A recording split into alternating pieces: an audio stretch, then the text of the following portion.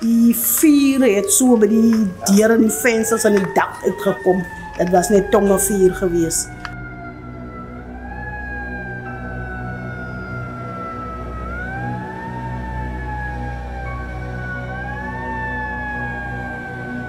Uit die asse van 'n gemeenskapskerk het die Here iets nuuts gebore.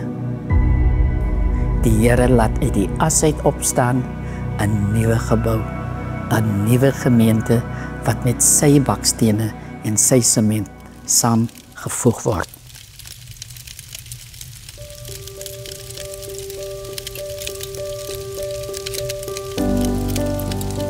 Omdat ons geskok is, het ons nou tussen die polisie deurgehardloop, maar ons kon nie die perseel. Dit was al reeds toe, so ons kon nie inkom nie, maar dit was verskriklik om dit te sien.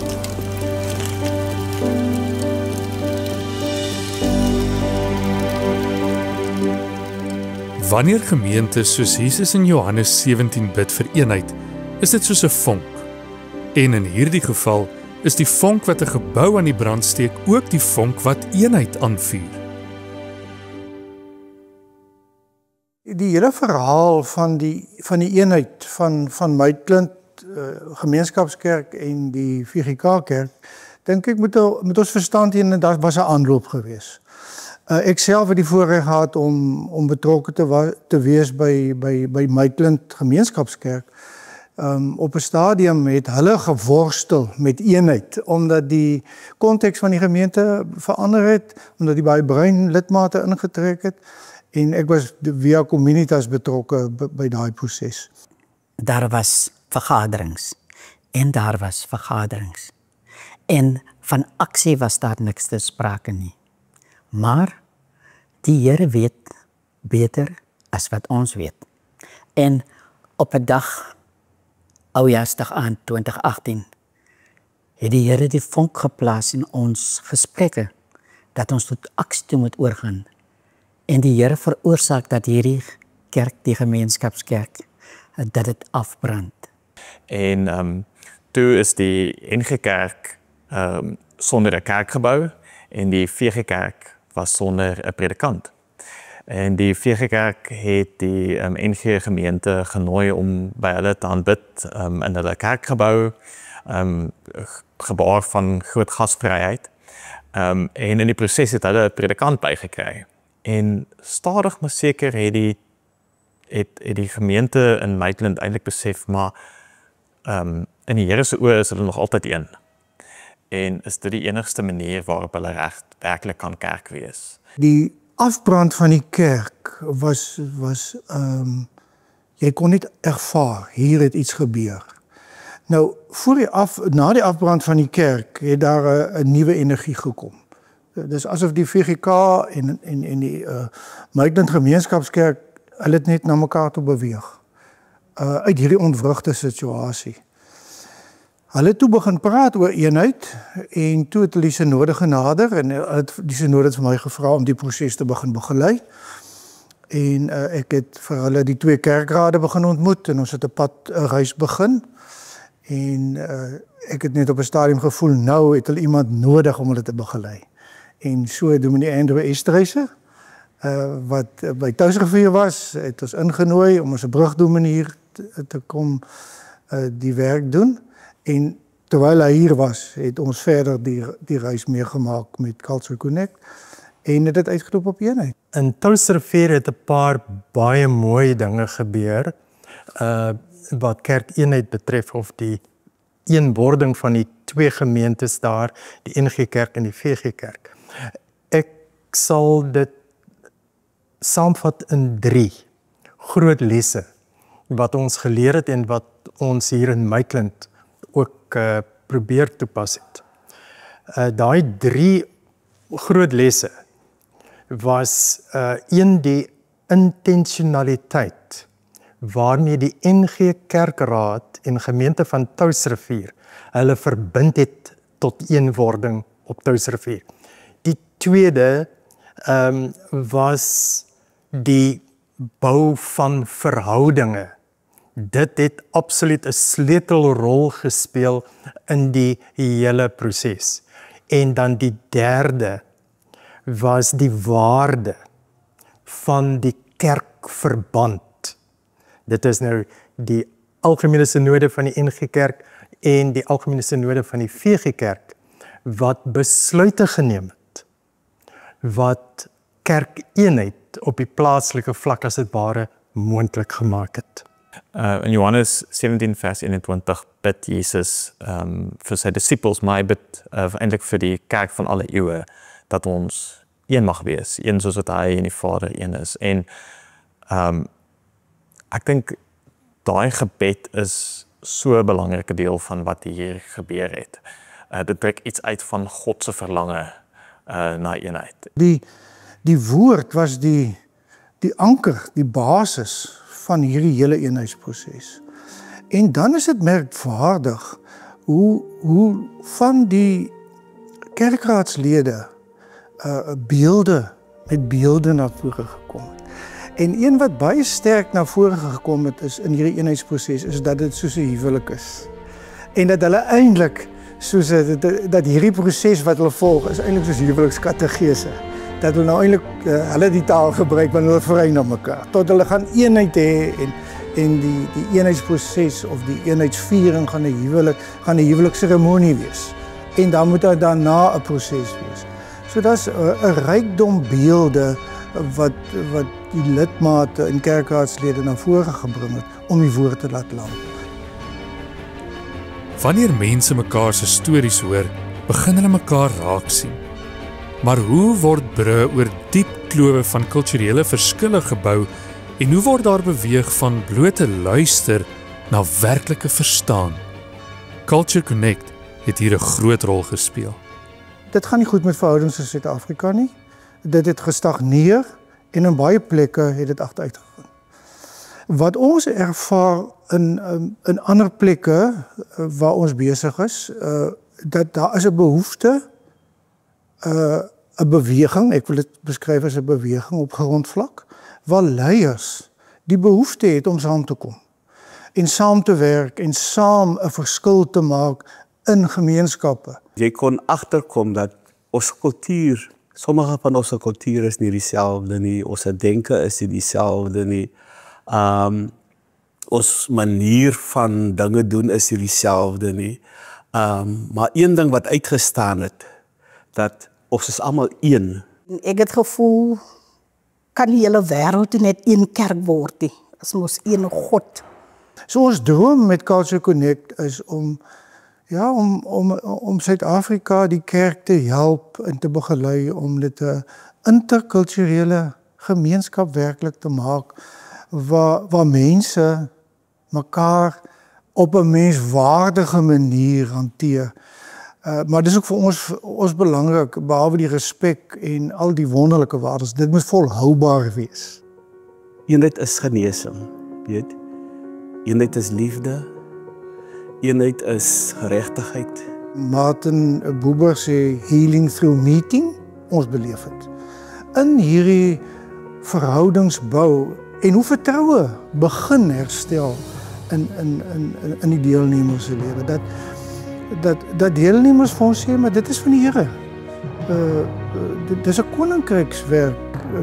So Culture Connect wil diversiteit vier binne 'n konteks van veilige ruimtes te skep waar mense met mekaar kan ontmoet en kan reflekteer oor wat leer hulle, hoe verander dit hulle lewe sodat hulle houdings en gesindheid en waardes teenoor mekaar kan verander. Terwyl strukture en strategie belangrik is daar iets eenvoudiger wat soms meer effektief en organies eenheid help bou. Tafels. En hier gaan dit nie oor wat op die tafel is nie, maar wel wat op die stoele is. Kyk, ons het goedes wat ons nie gewoon anders is hoe ons goedes gedoen het by Maitland gemeenskap. Leer ons ook nou van die ander gemeente hoe hulle goedes doen in die kerk. En dit is baie belangrik. Wat vir my baie pragtig was, is om te luister na ander mense se stories en te leer om meer mense te respekteer en om mense te aanvaar. En vergifnis het vir my ook 'n baie groot rol gespeel in alles. Toe ek met die Culture Connect, met die storie wat ons nou op die tafel sit en ons stories begin vertel. Ek het daardie oggend nie gegaan om my storie te vertel nie, want ek het nie gevoel ek het 'n storie, maar ek het dit toe ek het klaar gedeel het met almal. Het ek eintlik besef dit was nodig geweest. Want ons het eintlik mekaar se agtergronde geken nie, want ons het net in die kerk gehou en uit by die kerk in Kopai. Dit gevoel asof ons 'n familie is van baie jare gelede. So dat ek het gevoel as 'n gesinsete wat ons saam gehad het. Dit het vir my goed gedoen om as gemeentelid met die ander lede saam te kon eet, ja. Toe ek my storie gedeel het, het dit my geremind om waar vanaf ek kom en waar ek vandag is. Dit was ons verlange geweest vir al die jare waar ons gehoop het dat 'n oomblik soos hierdie sal aanbreek. En daarom is dit werklik waar vir my verblydend om die woorde van die gesang wat sê ek sien 'n nuwe hemel kom. Hemel is nie daar ver nie. Hemel is hier tussen ons en by ons. En daarom kan ons deur hierdie proses en hierdie gebeurtenis kon ons inhoud gee aan hierdie gesang wat sê ek sien 'n nuwe hemel kom. Ons gebruik die beeld in Culture Connect van die ysberg wat 1/3 bo die water is en 2/3 onder. Baie van die herenigingsprosesse is na ons oordeel bo die water. As gemeentes dit hereniging wil doen as 'n quick fix, as net iets bo kan die water, ons vergader en ons is nou een. Binne 'n jaar het ons ervaar, is almal teleurgesteld. Ons kry ook terugvoer, mense wil, maar hulle weet nie altyd hoe nie. So, ek sal gemeentes aanraai, dit begin by jouself. Nergens anders nie. Dit begin in jou verhouding met die Here. Dit begin in jou verstaan van kerkwees. Jou verstaan van die koninkryk. En om uit te reik na ander in jou eie gesindheid. Oor hoe jy mense rondom jou sien. Die reis na eenheid is nooit 'n alleenpoging nie. Dit is 'n pad wat saam met ander geloop word. Maitland Gemeenskapkerk se pad is nie eie in sy soort nie. Elders in Suid-Afrika streef gemeentes ook daarna om historiese skeidings te oorbrug. Een so plek is Touwsrivier. Die NG Kerk van Touwsrivier het 'n duidelike besluit geneem, heel doelbewus, om te probeer om met die VGK een te word. En vir die doel het hulle 'n VGK predikant beroep om met die proses te help. Die boodskap daarmee aan die VGK was, wat gewoonlik met agterdog kyk na wat die NG Kerk doen, en hier steek hulle hand uit om te praat oor eenheid. Toe die NG Kerk met daardie aanslag kom na die VGK toe. Toe het dit 'n boodskap aan die VGK oorgedra dat die NG Kerk was ernstig. Dit was nie speletjies vir hulle nie. Dit het 'n groot impak op ons proses hier gehad, omdat dit nie, ons het nie die wiel van vooraf herontdek nie. So baie van die kleiner lessies oor hoe mens so 'n proses met twee gemeentes bestuur, wat nodig is, wat om nie te doen nie, dis die tipe lesse wat ons uit hulle storie geleer het. En dit het 'n baie groot impak gehad op hoe ons proses aangepak het. En hier het Andrew Esterhuizen 'n groot rol gespeel. Hy is gevorm deur wat daar gebeur het en kon net baie van daai lesse met groot selfvertroue na ons toe kom en sê, maar dit is die roete wat ons moet vat. En hy was reg, dit was die regte roete. Daardie doelbewuste verbintenis tot eenheid is die eerste ding wat ek gesoek het hier in Maitland, toe die leierskap van die twee gemeentes my genader het, om vir hulle ook hier te help. Toe het ek, een van die eerste vrae was, het julle kerkrade julle verbind tot eenheid? As ons nie dit eers in ons harte ondervind nie, as Suid-Afrika dit nie ondervind in sy hart nie, dat ons almal is een, ons almal behoort aan mekaar, dan sal dit nie gebeur nie. En daarom is dit my gebed vir die hele Suid-Afrika, dat ons deur hierdie proses, deur hierdie gebeurlikheid, dat ons almal een in Christus sal word. Ons groter droom is dat eerder vroeër as later al die gemeentes in elke dorp in ons land een sal word en die kerk, NG en VG Kerk, ook sal herenig. Hierdie gemeenskap het lank gebid dat die Here 'n vonk in hulle sou aansteek rondom eenheid. En hy het. Nou leef lidmate met 'n onblusbare vuur in hulle harte, nie net vir hulle eie gemeente nie, maar vir die kerk van die Here in die hele Suid-Afrika. Jy is nie op jou eilandjie alleen nie. Dit is spanwerk.